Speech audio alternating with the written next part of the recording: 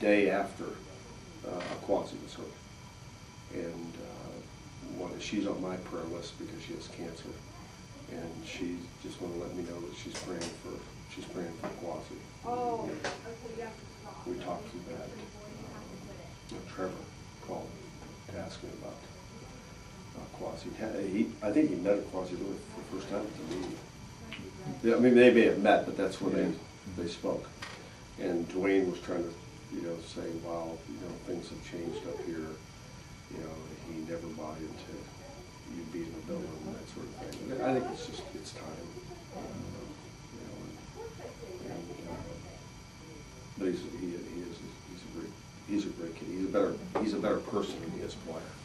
He's an outstanding player. This is this class at Edinburgh is the last class you recruited. At media day, Scott Browning said that Trevor's the best quarterback in the country. I know you're pretty high on him, but yeah, I mean, I haven't seen a Division II quarterback who's better, for sure. I mean, I don't know what's out there. I mean, I'd be surprised if he weren't drafted. I'd be surprised if Quasi weren't drafted. I think they're the two premier players in the league, at least in the West. I don't know as much about these. But he's really good. Yeah. wow. He's got size, he has arm strength, and here's a kid who completes 65% of his passes, very similar to the guy we lost. But he's so confident and knows the offense so well. Really, I had hoped that Cree-Watch would make the same step this year that Trevor's made. I thought when we left camp that Cree was in that position, that they would be the two elite throwers, and that this would be a heck of a showdown between the two. And but he has all those character qualities, plus he has the physical tools. Your defensive front line's pretty small. They don't have the stats that they've had in the past. I mean, that's they're giving up, I think, 335, somewhere around there, which is a defense that is a pushover defense, but it's not elite like they've been before,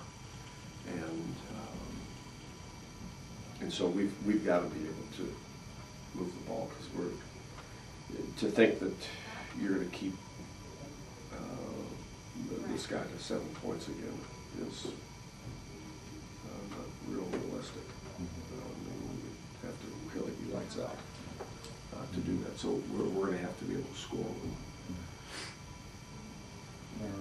They're giving up about 100 more rushing yards a game than you were there a few years ago.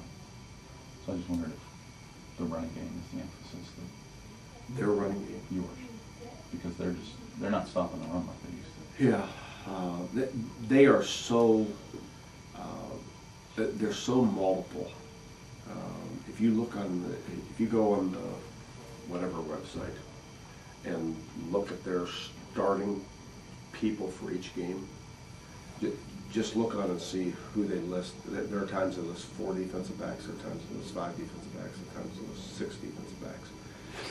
I mean, they change an awful lot, and this is not in a negative way. They tinker more with their defense than I do. That's not completely unusual. There are a lot of great defensive coaches who. Bill McCartney was one, quite honestly. Bill McCartney and I were polar opposites. I mean, he was a schemer, and Wayne Bradford is a schemer. And so you can expect the unexpected against them. They are going to give you something that is really different than anything you've seen. Whereas I think when you look at our scheme, they look at it and they say, okay, here they are, this is what they do, and we better either scheme something or be better than them. And so it's that age-old thing. But we're philosophically different, but that doesn't mean that either one of us are wrong. We're just different. Does that make sense? Yes, Mr. Rutgers.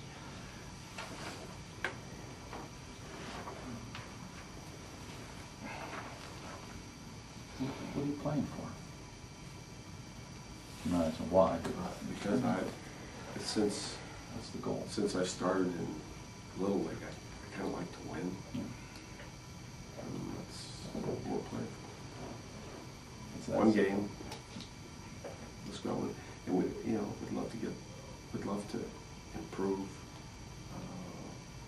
We'd love to show people that we care about this game. We spend a lot of time in it. I haven't had any sense of letdown by these kids or by the staff. And I left late last night. There were still staff members here working. Kids are up early, doing all the things that they need to do. And there are a lot of young kids who are excited because they are getting a chance to play. And they don't want to let down some upperclassmen. And then we have some guys, the two I coach, Spiegelmeyer and Carson, they are playing lights out. I mean, the last 3 games, I know this is going to come back to haunt me, but they have not missed a tackle in 3 games. Now, to either one of them, that is not, you know how many times that happens for a linebacker? To have a 3-game stretch and to have 2 of them. They're good. So it's not as though the seniors or the freshmen have chucked the season. I don't think that's true at all. I don't think anybody is happy with where we are.